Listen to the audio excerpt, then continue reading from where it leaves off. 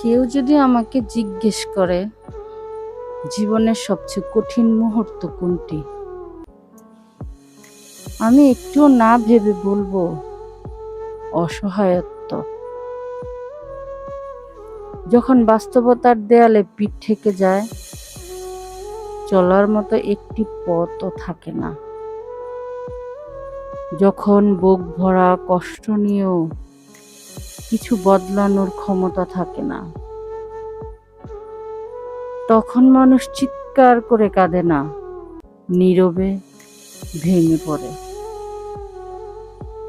মুখে হয়তো সে স্বাভাবিক থাকার অভিনয় করে, মানুষের সামনে হাসে, কথা বলে, কিন্তু একা করে ফিরে নীরবতার কাছে হেরে যায়, হার মানতে বাধ্য হয়, চোখের জল লুকিয়ে ফেলে।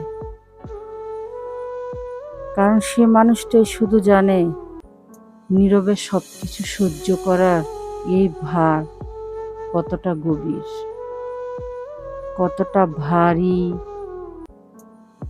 আর প্রতিটি দিন বেঁচে থাকাটাও তখন যেন এক একটা কঠিন যুদ্ধ মনে হয়।